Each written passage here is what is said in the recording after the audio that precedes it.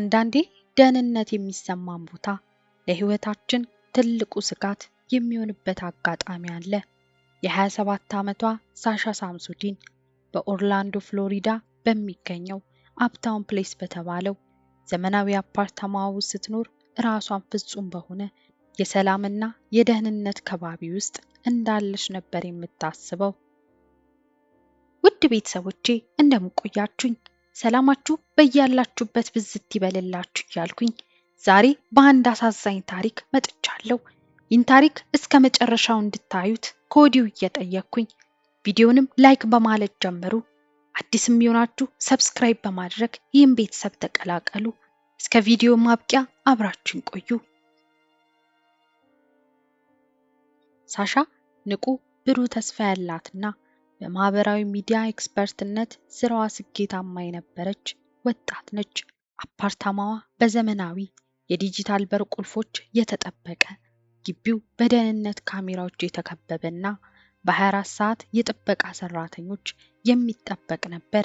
ነገር ግን በዛች አሰቃቂ የዲሴምበር 16 ምሽት ያ ሁሉ የደህንነት መዋቅር ተገልብጦ ወደ ወጥመድነት ይቀየራል ብሎ ያሰበ ማንም አልነበረም። ዲሴምበር 16 2015 ዓ.ም ምሽት ላይ ሳሻ ከጓደኞቿ ጋር በኦርላንዶ ከተማ አዝናኝ ቦታዎች ዘና ለማለት ወጣች። ምሽቱ በሳቅና በደስታ የተሞላ ነበር። ነገር ግን ከሰዓታት በኋላ ሳሻ በመጠኑ አልኮል ስለጠጣች ወደ ቤቷ ለመመለስ ወሰነች። ከአካባቢው መልካም አድራጊዎች እንደረዷት መሰረት ሳሻ እኩለ ሌሊት ገደማ ከሌሊቱ 7:45 ላይ ወደ አፓርታማዋ ግቢ ደረሰች። የህንጻው መግቢያ በር ላይ ስትደርስ ግን መንገዱ ግራ የገባት ትመስላለች።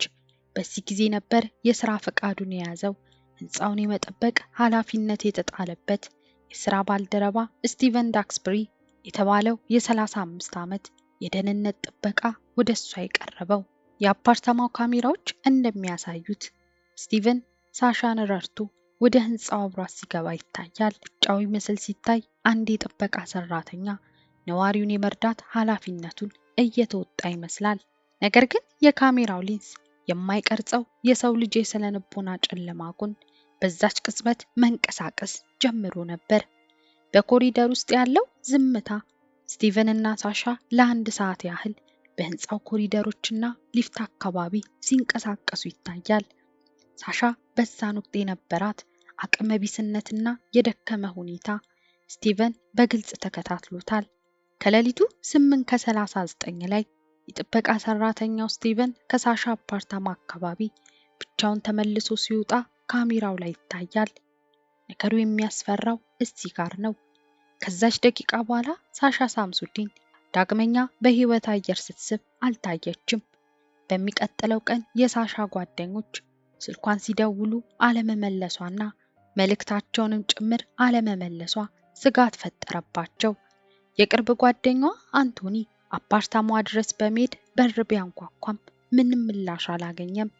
በመጨረሻም የፖሊስ አባላት የጤንነት ፍተሻ ለማድረግ የአፓርታማውን በር ሲከፍቱ በክፍል ውስጥ ያለው የጽዳት ኬሚካል ጠንካራ ጠረንና ድንገተኛው ዝምታ አሰቃቂ እውነትን ይዞ ይጠብቃቸው ነበር። የፖሊስ አባላት የሳሻን አፓርታማ በር ሲከፍቱ ያጋጠማቸው ሁኔታ በጣም አስገራሚና ግራ የሚያጋባ ነበር።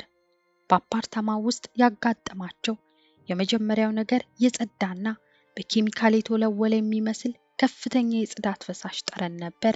ክፍሉ ከውጭ ሲታይ በስርዓት የተስተካከለ ቢሆንም ጠጋ ብለው ሲመረምሩ ግን አንድ ዘግናኝ እውነት ወዲያውኑ ይፋ ሆነ።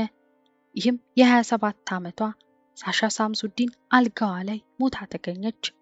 የፎረንሲክ መርማሪዎች የሳሻን አስክሬን ሲመረምሩ በጭንቅላቷ ላይ የደረሰ ከፍተኛ የድብደባ ጉዳትና በግፍ መታነቋን የሚያሳዩ ምልክቶችን አገኙ። የጥቃቱ ሁኔታ ሳሻ አቅም በሌላትና ራሷን መከላከል በማትችልበት ሁኔታ ውስጥ ያለች አሰቃቂ ጥቃት እንደደረሰባት ያመለክት ነበር። የወንጀል መርማሪዎቹ የመግቢያውን በር ሲፈትሹ ምንም አይነት በኃይል የመሰበር ምልክት አላገኙም። የሳሻ በር በከፍተኛ የዲጂታል ቴክኖሎጂ የታጠቀ በይለፍ ቃልና በካርድ ብቻ የሚከፈት ነበር። በሮቹም አልተሰበሩም። መስኮቶቹ ሙሉ በሙሉ ከተዘጋው ከውስጥ በኩል ተቆልፈዋል። ይህ ሁኔታ ለመርማሪዎቹ ግልጽ መልእክት አስተላለፈ። ይህም ገዳዩ አፓርታማ ውስጥ የገባው በሳሻ ፈቃድ ነው ወይም ደግሞ የበሩን የዲጂታል ቁልፍ ኮድ የሚያውቅ አጠቃላይ የመክፈቻ መብት ያለው ሰው ነው የሚል ነበር። የፖሊስ መርማሪዎች የወንጀሉን ስፍራ በጥንቃቄ ሲፈትሹ ጥቂት ወሳኝ ነገሮች ከክፍሉ እንደተወሰዱ አስተዋሉ። ይህም የሳሻ ስልክ፣ የክትትል ካሜራዎችና የዲጂታል በሩን የሚያንቀሳቅሰው የአፓርታማዋ ኤሌክትሮኒክስ ቁልፍ እንዲሁም ከተወሰኑ አልባሳቶቿ የነበሩ የጽዳት ቁሳቁሶች ነበሩ። ይህ የሚያሳየው ገዳዩ ወንጀሉን ከፈጸመ በኋላ ማስረጃዎችን ለማጥፋትና ጊዜ ለመግዛት እቅድ አውጥቶ እንደሰራ ነው። መርማሪዎች የአፓርታማውን የዲጂታል ቁልፍ ሲስተም የክትትል መዝገብ ማውጣት ቻሉ። የተገኘው መረጃ ግን የሁሉንም ሰው ደም የሚያቀዘቅዝ ነበር።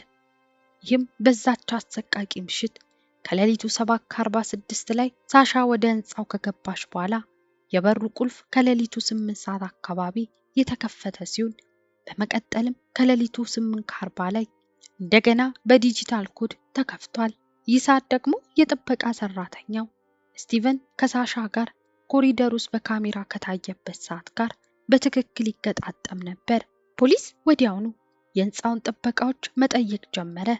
የ35 ዓመቱ ስቲቨን ለመርማሪዎች በሰጠው የመጀመሪያ ቃል አዎ ሳሻ በዛች ምሽት ጠጥታ ስለነበር ወደ አፓርታማዋ በሰላም እንድትደርስ ረድቻታለሁ። በር ላይ አድርሻት ወደ ስራ ተመልሻለሁ። ወደ ክፍሏ አልገባውም። ከዚያ በኋላ አላየዋትም ሲል ድፍረት በተሞላበት ሁኔታ መሰከረ። ስቲቨን በጣም የተረጋጋና መርማሪዎችን ለመርዳት ፈቃደኛ ይመስል ነበር።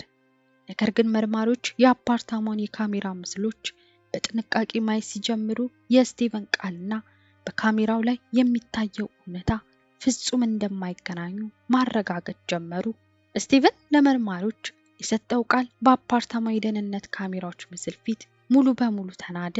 መርማሪዎች የሌሊቱን የካሜራ ምስሎች በሴኮንድ ደረጃ በጥንቃቄ ሲፈትሹ ስቲቨን ሳሻ በር ላይ አድርሼ ተመለስኩ ያለው ሙሉ በሙሉ ሐሰት መሆኑን አረጋገጡ።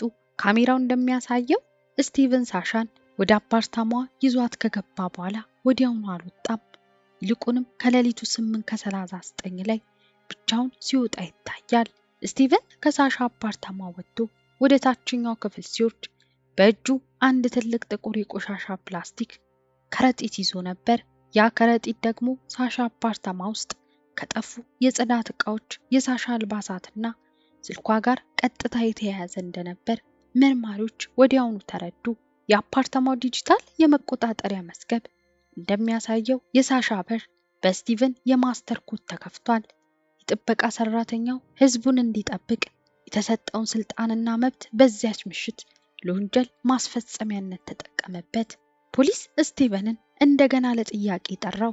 በዚህ ጊዜ መርማሪዎቹ የውሸት መመርመሪያ ወይም ፖሊግራፍ ቴስት እንዲወስድ ጠየቁት። ስቲቨን አልተቃወመም።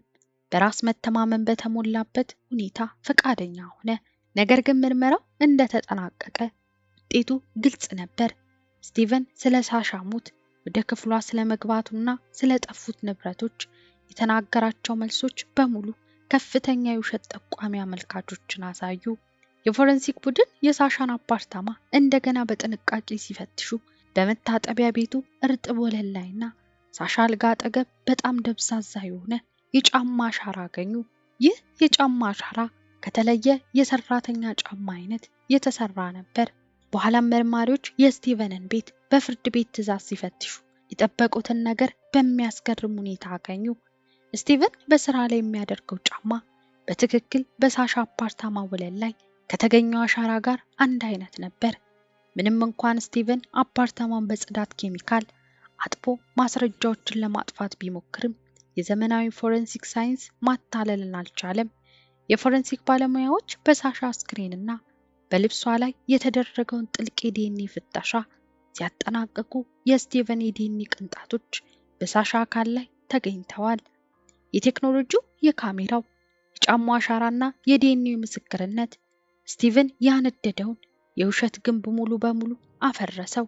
እንደ አውሮፓውያን አቆጣጠር ኖቬምበር 2017 ዓ.ም ፍርድ ቤቱ ስቲቨን በሳሻ ሳምሶንዲን ላይ በፈጸመው የመጀመሪያ ደረጃ ነፍስ ገዳይነት፣ የታጠቁ አፓርታማ ጥሰትና ማስረጃ ማጥፋት ወንጀሎች ጥፋተኛ ብሎ ወሰነበት። በኋላም ፍርድ ቤቱ በስቲቨን ላይ ያለምንም ይቅርታ የዕድሜ ልክ እስራት ፈረደበት። የሳሻ ሳምሶንዲን አሰቃቂ ታሪክ ለዓለም አቀፍ ማህበረሰብ ትልቅ ትምህርት የሰጠ አጋጣሚ ነበር። ጥበቃና ደህንነት አለ በሚባልበት ቦታ እንኳን የሰዎች ክፉ እኩይ ተግባር የታመነው ስርዓት እንዴት ጥሶ እንደሚገባ ያሳየ አሳዛኝ ክስተት ሆኖ አልፏል። የሳሻ ቤተሰቦችና ጓደኞች የብሩሃን ወጣት ሴት ሞት እያሰቡ ይኖራሉ።